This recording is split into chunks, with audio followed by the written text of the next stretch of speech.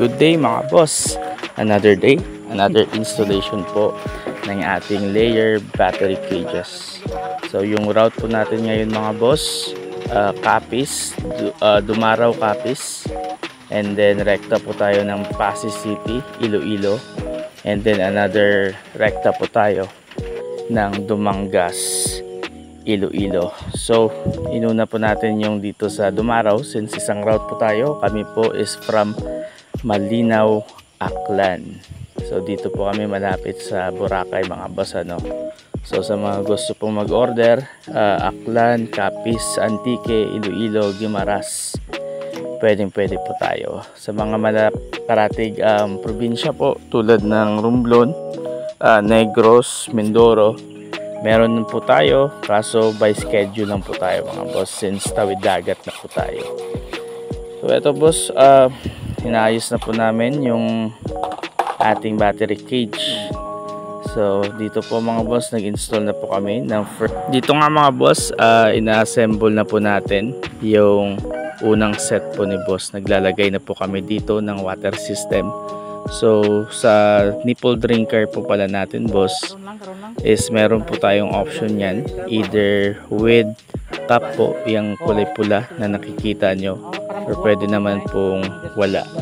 So yung advantage lang po kapag may cup, hindi po nababasa ng tubig na tumutulo yung tae po nila sa baba, no? So eto na po mga boss yung second set ng order ni boss.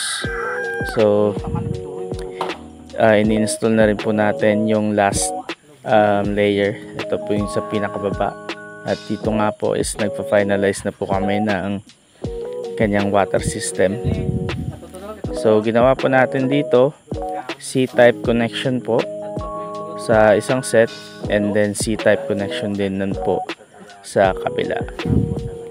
So ginagamit po natin dyan mga boss is solvent. So Atlanta solvent po yung gamit natin. So Atlanta, baka naman. So ito na nga po boss yung unang set, at ito yung pangalawang set na order ni boss. Yung katabi po pala niyan is yung baboy yun. So ito po yung ating finished product. So moving forward mga boss, andito na po tayo. Diretso po kagad tayo dito sa Pasig City, Iloilo.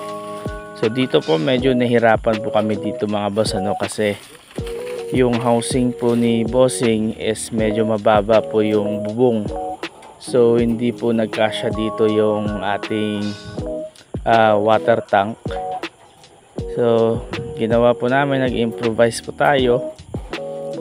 Finix lang po natin yung tubig muna, yung water tank po, and then yan po siya mga boss, ano. So hindi po matatanggal, and nakaangat po yung bubong.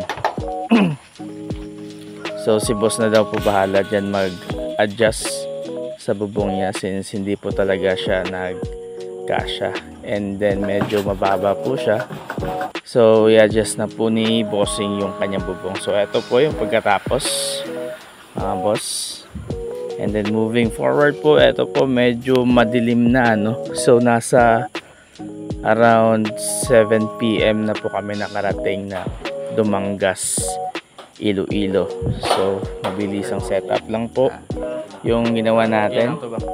Very quick lang po ito. Nasa 30 to 45 minutes lang po namin yan inassemble yung battery cage. So yung housing ni boss is good for 3 sets. So kasya po yung isa't kalahati, and then isa't kalahati po sa kabila. Pero ngayon po, try po muna ni bossing yung isang set, ano. So maganda po yung pagkagawa ng housing niya. And ito po, mabilisan lang po mga boss. So second layer na po, naka-install na.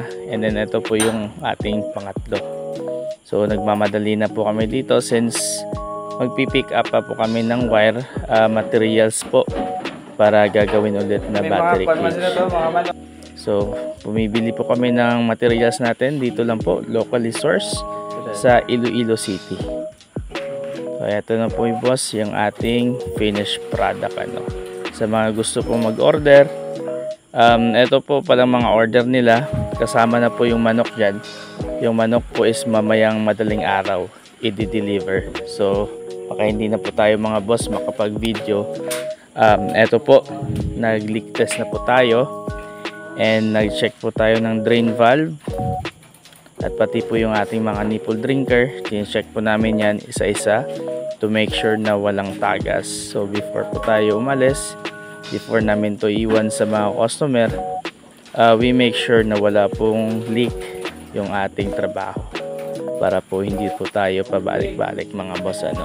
And then sa mga gusto mag-order boss, available po on